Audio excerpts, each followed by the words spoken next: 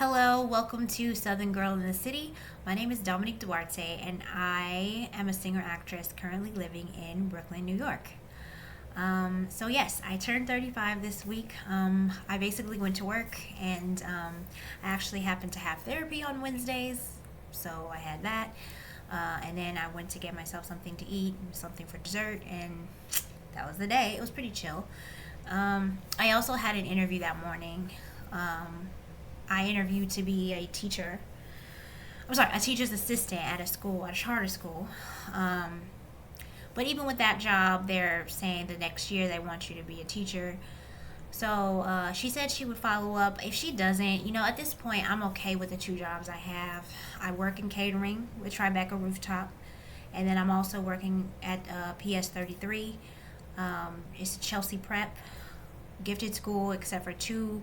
So teach two classes in each grade are gifted, um, and the other two are gen ed or their ICT classes. Um, at this point, I'm starting to get to know the kids better, and I think at this point, I'm just going to keep the two jobs I have. I mean, I've been doing the math, I've been working the numbers. It seems as if I'm making more money now than I was when I had a salary at my last job because I'm consistently catering. Because catering was not as consistent because I would be given a shift and then I would either accept it or decline it. But now with Tribeca Rooftop, I'm on the schedule. So every week, I'm getting at least two shifts or three. This week will be three. So I'm working tomorrow afternoon. I work Tuesday and Thursday afternoon or evening. And then I also am working Sunday. I'm not working again until the first week of December. First week of December.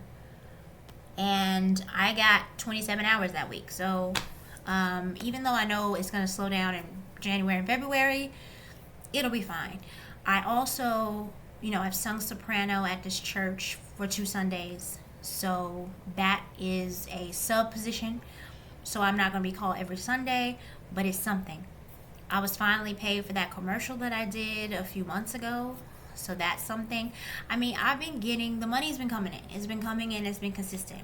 I finally built my savings back up to the Dave Ramsey amount, which is 1,000. And now I'm just going to keep trying to pay off my debt. I finally got on a payment plan for my graduate school because I owed them money. I owed them $4,000, but then last year, I think I made one payment of like 300 and something, and so then it went down to 37.81. But now I'm consistently paying them 252 a month, in addition to the National Debt Relief Program of 396. So I'm currently putting $648 towards my debt and still paying my rent and all the other things. So, things are rolling. I'm supposed to start paying $400 a month on my federal student loans, but I don't know if I'm going to be able to do that now that I'm currently paying so much towards the other things. So we'll have to revisit that in February. Because currently I can't really make any changes because once you took it out of forbearance, it's not going to be effective until the forbearance ends. Because they put them in forbearance for me because I was in the income-driven program. But then I changed it to just their standard because I just was like, at this point I just want to get rid of the loans. But I really needed to pay Relay back the money, the grad school, because I didn't want it to go to collections. So I was just like, let me just go on and pay it. $252 a month. It'll be paid off in a year. It may be paid off before that, but for now it's going to be paid off by January of 2026. So by January of 2026 I would have paid off 3 creditors, hopefully plus these 2 medical bills, as well as the graduate school. So the only creditor I should have left by 2026 would be the last 2 creditors in National Debt Relief and my student loans from undergrad. And now that I know how much I can put towards debt, I can now know that I can put $600 a month towards debt. And that's what I'm going to try to do from now on because it needs to get paid. So, I'm actually not doing as badly financially as I thought because I was doing the numbers with my full-time job only, and being like, okay, these kids are always out of school, so I'm not getting paid. But because I'm working in catering, it really is balancing it out. I really just have to figure. January, the kids are only out for Martin Luther King Day, so my check should be more consistent, even though catering will be slow. And then February, they're out for winter break. I know that. But other than that, February should be pretty solid. It's probably the most solid my January and February have been in years, because I'm usually really struggling at that time of the year financially, because this time, January, February of this year, I was catering, I tried to get a job before January. I was working on the T-bus, that's right. And then that fell through, and then I was supposed to, perform, or I went to perform, and then that fell through, and January was a mess this year. And January was a mess the year before. So this will be probably the best January and February that I've had financially since like 2019, maybe even 28. Yeah, 2019. Because 2019, in January of 2019, I was still working at Trader Joe's. Also, the year I was teaching at Achievement First. So it would be January of 2021 was pretty good. But 2022 was okay, but then I quit my job. So this will be the most consistent that I've been in a while. I mean, there's a part of me that would like a salary, but at this point, there's a part of me that feels like the Lord is telling me to just be still. Because a lot of the times I'm just making moves everywhere, and it's just like, be still and just deal with the jobs you have. They work together very well. The school in Chelsea is only a 40-minute walk from Tribeca Rooftop. The fact that I got two jobs that were that close to each other in New York City is crazy. Because, I be working everywhere. But the fact that both of these jobs are right near each other like that, I can take the train within 20 minutes. I can take the 40-minute walk. Most of the time I'm just doing the 40-minute walk. But it was pouring raining on Thursday, so I didn't. But I usually walk. It's easy. And then I'm getting off late, and sometimes it is hard to get up the next day for work. But I don't have to do it every day. I'm doing it Tuesdays and Thursdays mostly, and then maybe a weekend here and there. So we're getting somewhere. The debt's getting paid. I really got to stop tripping about money, because it's not like I'm struggling. It's like I actually think I'm doing a little bit better than I've been doing. It's just I have so much debt that I have to put a lot of it towards the debt. But there was a time where I couldn't have put this much money towards debt. So I think I'm doing okay. What I also like about my current schedule is that I can still do performing. So I'm going to be singing with the Fire Ensemble December 10th. I shot that commercial last weekend. I did a little short excerpt.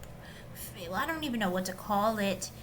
It was called The Round Table, and I just did it on a Sunday. We took 1 hour to shoot it, and then that was money in my pocket. So I'm like, I'm still able to do singing and acting. I may start busking in the subway station. I joke about it, but I might do that, particularly during January and February when I know my catering job will be slow. But I really think busking in the subway station isn't even so much for the financial aspect. It's more of for the experience. I really need to get performing more consistently. I want to work on songs that I want to eventually use for auditions. And I think it will help me sing more. Because right now, unless I'm singing at the church or I'm singing with Fire Ensemble, I'm really not singing a lot.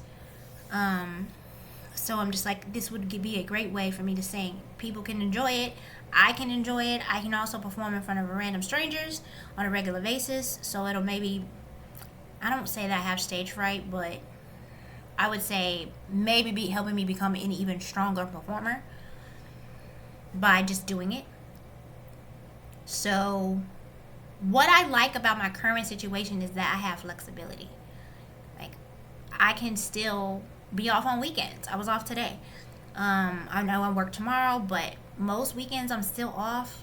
So it's like I'm able to do okay with both of these jobs. And I think I'm finally hitting stability. Like that was what I liked about East River, was I had consistency, stability.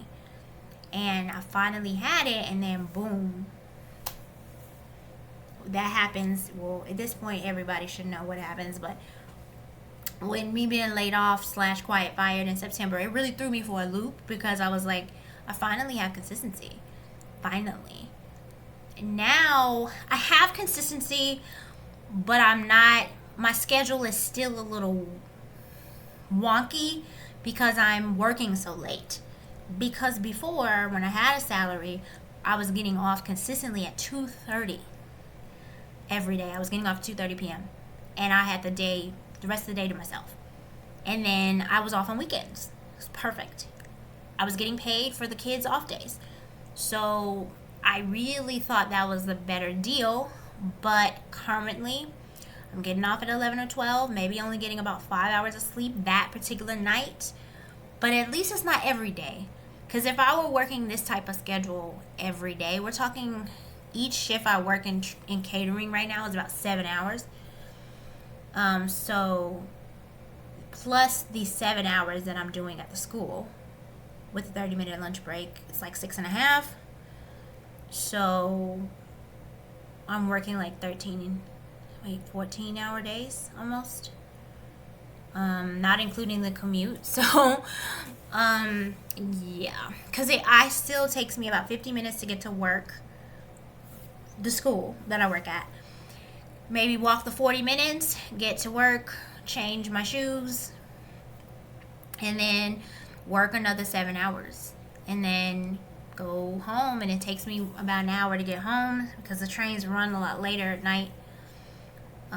They don't run as consistently, and they definitely take forever. They just stop at every stop almost. Oh, but funny story, I actually met someone who I hadn't seen in years a few weeks ago on my way home from my catering job. I met one of my friends from college. Adam Rainier and I both moved here different times. I moved here, well, I attempted to move here in January of 2013, which inspired him to move here in July of 2013. But by the time he came, I was gone. I moved back to Memphis. And then he moved, I didn't move back here until 2016. So now I've been here 8 years. He's been here 11? Was this 20? Yeah, 11 years. Yeah. He's been here 11 years. It was really cool to see him. It was so funny because I was looking at him and I was like, man, he looks so familiar. That guy looks so familiar. I'm like, he looks like Adam Rainier. And I'm just like, that couldn't be him. But the more I looked at him, I was like, it's definitely him. Because I was in classes with him every day. We were in concert choir every single day. So I was like, I definitely know this person. So I went up to him and I was like, Adam, is your name Adam Rainier? He's like, Dominique? And I'm like, hi. And we talked for a while. It's really interesting. We live right near each other. We're only 2 subway stops from one another, which is crazy because New York is huge. He was getting off from his job at a restaurant. He's a manager. He's a restaurant manager. I'm like, oh my gosh, that's so cool. It was cool to see an old friend. Because I was like, we did hang out a little bit when I first moved here. I actually spent one of my first Thanksgivings with him and his roommates. One of his roommates was a chef, and I don't think she is anymore, but she prepared the meal. I was shocked because I was expecting chips and guac, and we went to this Friendsgiving, and I think I brought my roommate at the time, Rose, my friend Claire's sister, and I was shocked. They had a full-on Thanksgiving meal, and she cooked it, and it was really good. And then I went to see him perform with his barbershop choir. I think it's Barbershop, I believe. Yes. I went to see him perform, and then we kind of just lost contact. And it was just nice to see him again, nice to talk to him again, and it's like, oh yeah, that's right, we went to college so long ago now. He graduated a semester before us. Yes, he graduated in spring of 2012, and we graduated in December of 2012. So December of this year will be hold on, 12 years? 12 years since I graduated college? Yeah, that's crazy. It's been 12 years since I graduated college. And what a 12 years it's been. I was actually taking a walk today and I was thinking about, why do I keep thinking that I'm failing? Because I'm not. Like, I'm really not. I met some really amazing people. There was an event I worked the other night, and Judy Bloom was one of the presenters, and I got to meet Connie Chung a couple weeks ago at one of the events that I worked. I realized that the stage manager for Opera Memphis, when I was there, is now a New York Times bestselling author. There is a guy that I did a cabaret with my friend Kenesha before I moved to New York, and one of the guys she performed her dance routine with, they did a dance routine from Chicago. It's funny because Kenesha wanted me to do it, and I was just like, I am not a dancer. And I was like, she was like, you can't learn it? And I was like, no. This is real dance. This is Bob Fosse. So she and James did it together, and now James is on Broadway. He's in the ensemble of The Lion King. And I had seen him perform at Playhouse on the Square. There's another woman that I met, that is a mutual friend, and she got into the Broadway show of Diana, the musical, and she used to perform at Playhouse. I cannot remember her name because she came to a karaoke session that I did with my friend Claire and Jerry and Kristen, but I can't remember Stracco. I think her last name is like Stracco. But she was going to be in the Broadway musical of Diana, and I think this was this right before the pandemic? And so it ended up getting postponed, but I think she did end up doing it. Oh, she was supposed to be going on a cruise ship to be in Cats, I believe, when I met her. But then she was later cast in Diana the Musical. Yeah, and then my friend Nikisha and I performed with Opera Memphis, and now Nikisha's been on a national tour of Hamilton, and she's also been on the national tour of The Color Purple. I recorded an album with the Fire Ensemble in June, not realizing that Nikisha had recorded solo tracks with them. And I'm like, that's crazy. Like, what are the chances that both... Because I was like, I saw that Troy Anthony and I had a mutual friend in her, and I was like, wait, she knows Troy? And I'm like, man, this man knows everybody.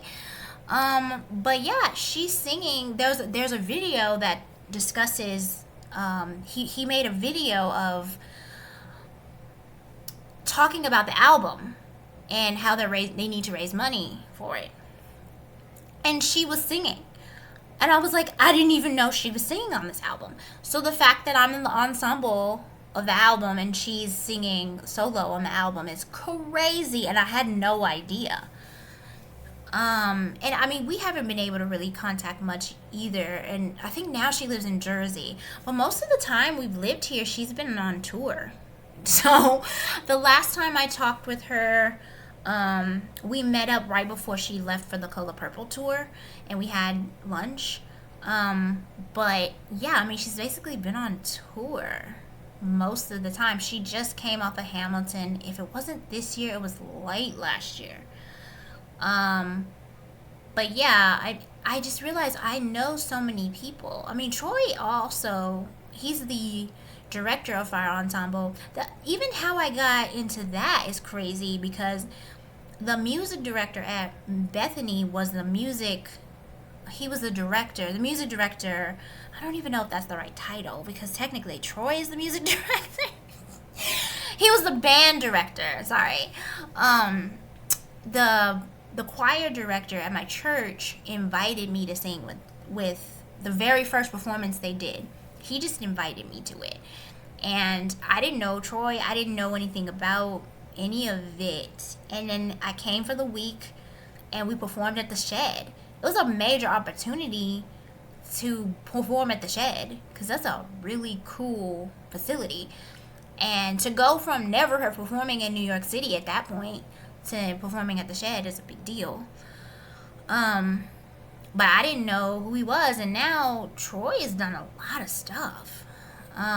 He really, and the thing is he and I, like he's from Kentucky and I'm from Tennessee, and it's just crazy. And he moved here, I believe, the year that I tried to move here, and failed.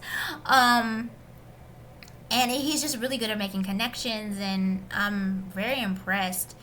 But he's really good at networking, and I think that's the area where I do need to continue to work on, is the networking aspect, because I just realized today while on my walk, I was like, I'm really talented. And it's kind of hard to say that because it feels like you're being conceited, but I'm like, I am really talented. And I've been on stage with people who were really good. Like, so it's not like I'm delusional.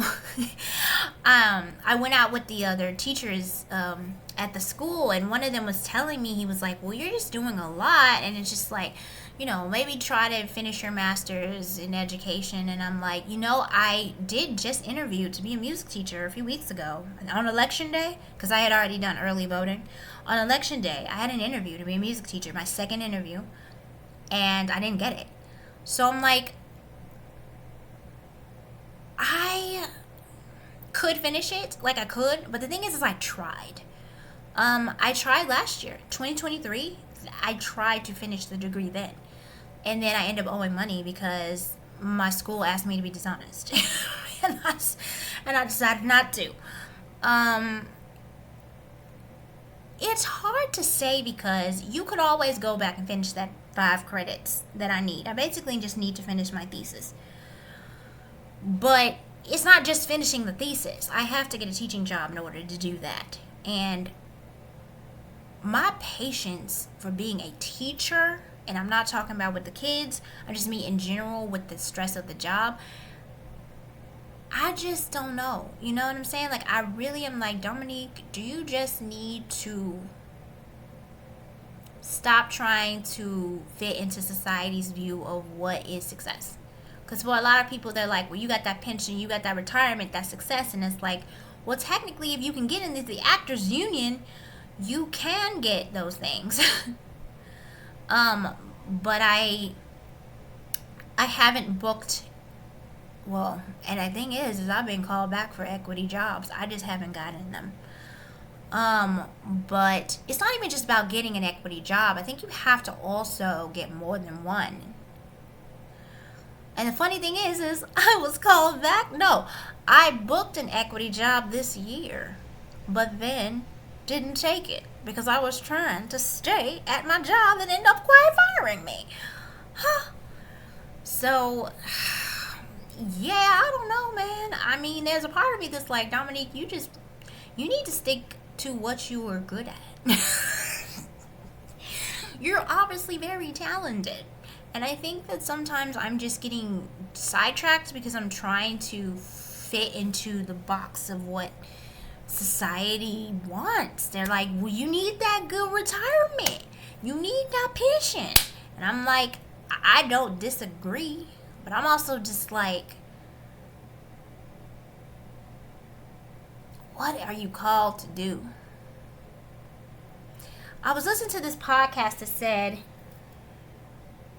whatever you do that's really easy for you, and you feel like you're being lazy, and other people are like, this will be really hard for me to do. But the fact that you're doing it, and you're doing it so well, that is your talent. That is your gift. And I'm like, I'm obviously gifted at singing and performing. It's not a question. Um, and I was thinking I would like to take vocal lessons. I would like to take acting classes, and I just cannot afford it. But I realized that every time I go to an audition, I'm better than I was before. And the reason is because, one, I'm living my life. I'm also focusing more on living in the moment when I'm speaking with people than I ever used to. And that is acting.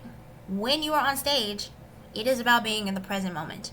And it is about reacting naturally to what the person is telling you. That really is acting, is listening and reacting. And that's something that I have been practicing in my daily life on a regular basis.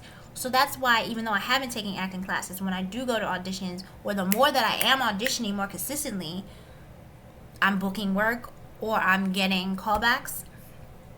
Getting callbacks when I'm consistently auditioning is a constant. I am always getting callbacks. But a lot of the times I really wasn't auditioning often enough. Wasn't auditioning enough. So this year, I actually auditioned quite a bit, and I did book. I booked a feature film, I booked a commercial, I booked a play.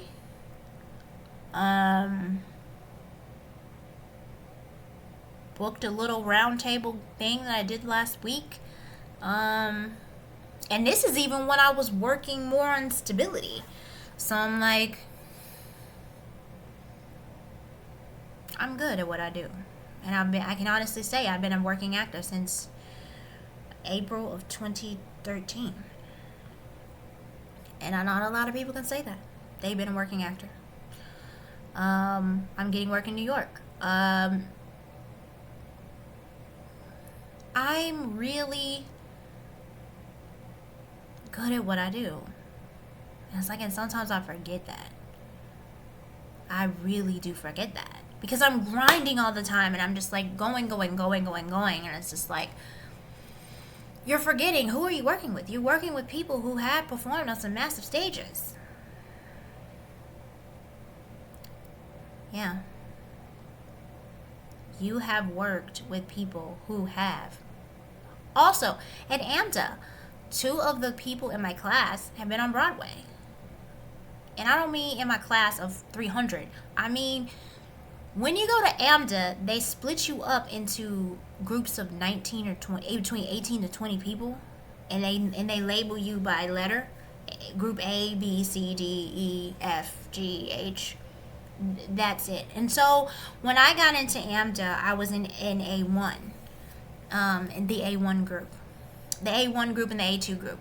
Same group of people. We stayed together the entire 2 semesters, all day, every day, except for when we had different dance classes.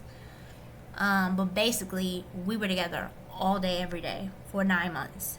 And we learned, because we really didn't know, but like the first class, that A class was handpicked by the faculty. So the teachers, Jason, Elaine, and Angela was a speech teacher, Elaine was a musical theater teacher, and then Jason was our acting teacher. They handpicked us to be in their class. And that's what they told us. And that's why when they would get frustrated if we weren't as prepared or whatever, because they were like, we chose to have you in our class because we thought you had the most potential to have a career. And I was like, really? I was like, that's shocking to me. And ironically enough, within a few months after we graduate, I never graduated.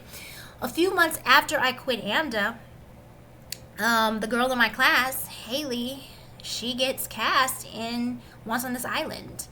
As a matter of fact, she was cast right before we finished our finals. She was my scene partner for our final, in acting class. And she booked Once on This Island, but she couldn't say anything. So she just dropped the last week or 2. And that makes sense because we weren't really allowed to audition when we were in our first, second, and third semester at AMDA. But she auditioned, she books the lead role in Once on This Island. She gets a Tony nomination. the girl who was in my class for 9 months at AMDA, within a matter of months, is leading a Broadway show. And then another guy who was in the class, he is, he's been on a national tour of My Fair Lady, and he was in Bad Cinderella. Bad Cinderella? I think it was it. He was on the Broadway show Bad Cinderella. He was in the ensemble. Cameron Loyal. Ironically enough, Cameron Loyal, Haley, and I were the only black people in that group of people. And it's ironic that 2 out of the 3 have been on Broadway. That's an interesting coincidence. And then my friend Claire, she has a friend named Delon who they went to Boston Conservatory together. And he got us tickets, and I got to see him in Come From Away on Broadway a few years back. And one time I was on the train and I saw him. And he doesn't live that far, I don't think, from me. Or, yeah, I was like, oh, is that Delon? Yeah. So it's interesting how you see random people. One time I saw the costumer for one of the costumers from The Color Purple when I was getting on the train. I was like, Pat Rice? Like, she was like, hey. And I was just like, it's crazy how you end up seeing people you know on the train, of all places, because there are multiple trains here. They go from the Bronx all the way into Queens, into Manhattan, and the fact that you happen to meet someone you know is mind-boggling to me. But yeah, I'm just like, okay, I know a lot of people who have had pretty decent careers. The other guy that was in my class in AMDA, Dong Woo, he was in a national tour, I believe, of The Music Man. I believe. If it wasn't The Music Man, I feel like it was something else. Maybe it was The King and I. It might have been The King and I. Because it wasn't recent. I think it wouldn't have been long after we after we finished, or after I finished. I think because I only went for 2 semesters because I couldn't afford to go another year, because I needed another $9,000 and I couldn't get approved for another private loan. I got approved for the first private loan the first year because my credit was pretty good, but I already had so much debt from undergrad that they were not going to give me another private loan for $9,000. So I only went for 2 semesters. But it's quite interesting that, oh yeah, I've had people that I was in class with on a daily basis who are on Broadway. I was in a show with people who have been on national tours. I was on a national tour. Interesting. And it's like, why are you thinking you're not talented? It's because I keep comparing myself to other people, particularly I keep comparing myself to people in my 30s, and it's just like, how can you compare? It's apples to oranges. Because if you went to school to be an accountant, or you went to school to be a teacher, or you went to school to be a doctor, that's just different. You know the trajectory. If you went to school to be a lawyer, you know the trajectory. It's boom, boom, boom, boom, boom. It's go to school, go to law school, take the bar, and then you get a job as an attorney. But this is not that way. This is very different. But right out of college, I booked a professional job. Who would have thought?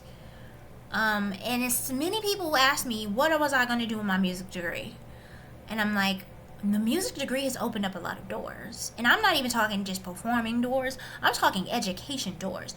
The first job I received working with children, the reason I got the job was because I had a music degree. So people be like, what you gonna do with your music degree? You can do a lot with a music degree. You can. I could have chosen to be a music teacher first. Like, that's one of the things I feel like Nikisha did better. Like, I thought it was great that Nikisha studied music education, and she got a master's in it, and then she was a teacher, and she was a very good teacher. I think she was nominated for like Teacher of the Year or something. Music Educator of the Year or something. Like, she got a nice award early on in her teaching career. But I thought it was cool that she studied music education, because she's now done both. She's been a really good music educator, but now she's been on 2 national tours, and has her equity card. She's in the union.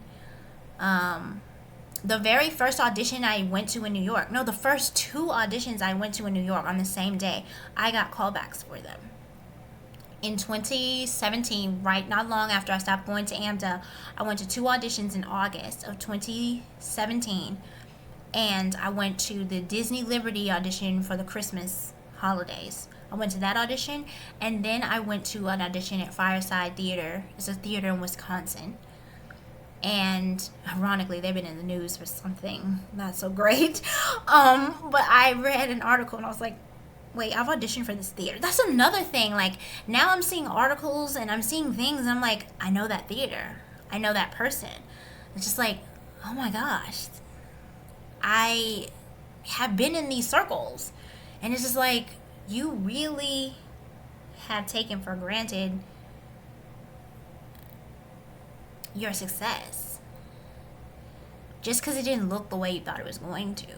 But it's like, if you're rubbing elbows with people who've been on the Breeway and who've been on national tours and who've performed at all of these, I think Troy has performed at Carnegie if I'm not mistaken, like, he's done a lot of stuff, and it's just like, I've had all these people in my life who've done phenomenal things. So it's just like, the fact that I know 4 people who are on Broadway and have had conversation with them, have performed on stage with them, is mind-boggling to me. I think sometimes I'm like forgetting, oh yeah, you really are good at what you do. And it's just like, why are you trying to fit into a box when you were meant to do things differently? I listened to Tamron Hall on a podcast. She said she had to start over at 48. And gosh, that podcast was so inspirational, because I'm like, she had to start over at 48. I'm 35. I need to stop tripping, because I'm really not in a bad place. I actually have been very blessed. I really have. I've lived in New York for 8 years. I have never been homeless, nowhere near close. I had an opportunity to live with my best friend's sister for 2 years, and that was a wonderful opportunity to be able to split the rent with someone who I didn't even really live with her, 'cause she was in Baltimore and I was in New York, and she was doing half on the rent and I was doing the other half.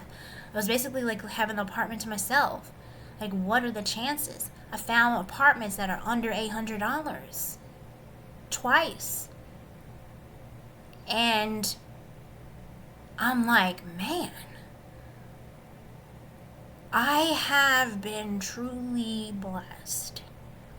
And I think because I compare myself to others, or I let someone who tells me, well, you got to think about the pension, think about the retirement, think about this. I agree, you should think about those things.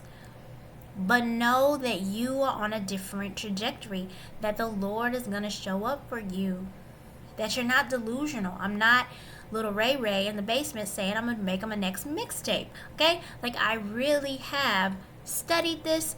I have performed so often. Like, if I'm not at 10,000 hours, I'm probably more than halfway at 10,000 at this point. So I'm like, I do believe within the next 5 to 10 years, I will be at another level in my career.